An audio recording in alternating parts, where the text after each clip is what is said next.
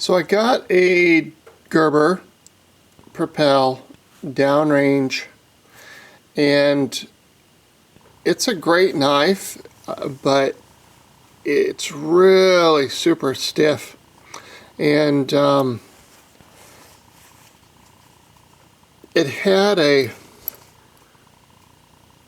little knob on it that you put your thumb on to deploy the knife, and it looked like this one. And breaking it in, man, I tell you what, pushing against this was a real bear. So JB Weld to the rescue. I made a little button out of JB Weld on this that really made it very super comfortable. You can see that I lubricated it too, but just pushing against this was just really hurt the thumb, and it was just almost unbearable. But what I did was this knife here, the way this is, it was really similar to this one, and it had a hole in the middle. I brought this other one along. You can see that some Gerber knives, they have a button on top. It's not a hole.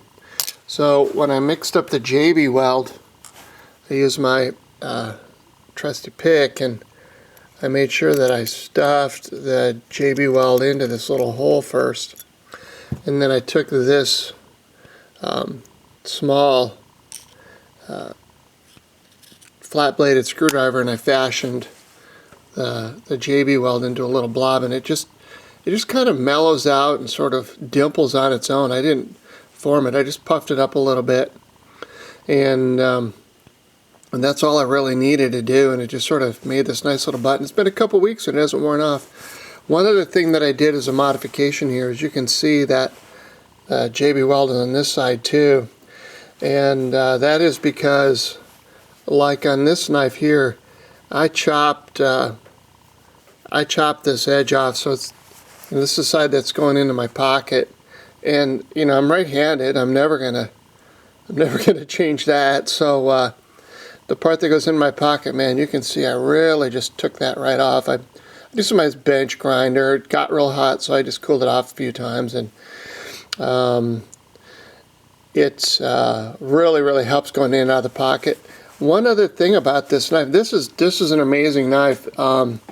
It's just the right size. It's really super sturdy. The only other one, if you look at my other videos, I have an answer, fast answer Tonto, and this one is just built so much sturdier.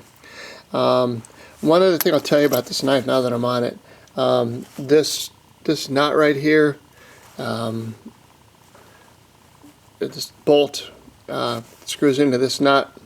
This nut kind of does stick out a little bit, but that's just the way it came. But this little guy here really affects the opening and closing of the knife as far as its ease go, and it does adjust okay.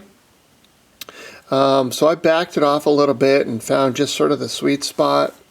But if you loosen it too much, you're going to get way too much knife play. And so just kind of keep it tight. Do this mod right here, and I did sit and break it in a little bit.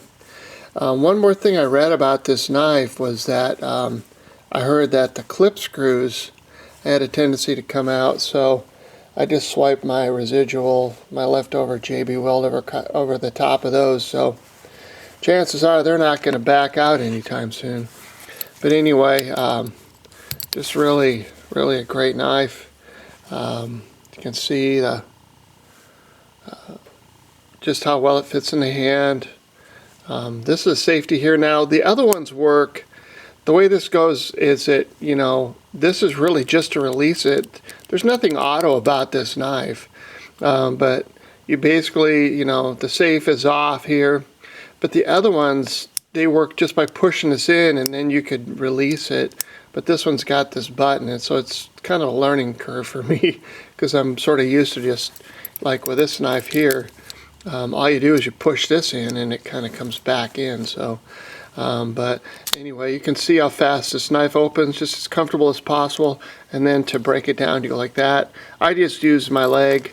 But anyway, that's my little thing in the Gerber Propel. And great knife. Just the grip on it. This is actually a USA made blade, and I got the 420 high carbon DS metal blade. I think that's a S30V or something. That's supposedly a better metal or whatever, but I don't really care about that. I mean, I'm not going to do anything dramatic with it. This is probably what I would say is a everyday carry knife. So anyway, great knife. Just really don't give up on it. If you do this little modification, it's going to help you with the deployment of the knife, the blade. I saw a couple of videos where the guy said you can't use it barehanded, and he was recommending that you use gloves, which is unacceptable. I mean, you got to have a knife that opens, and this is the way I did it.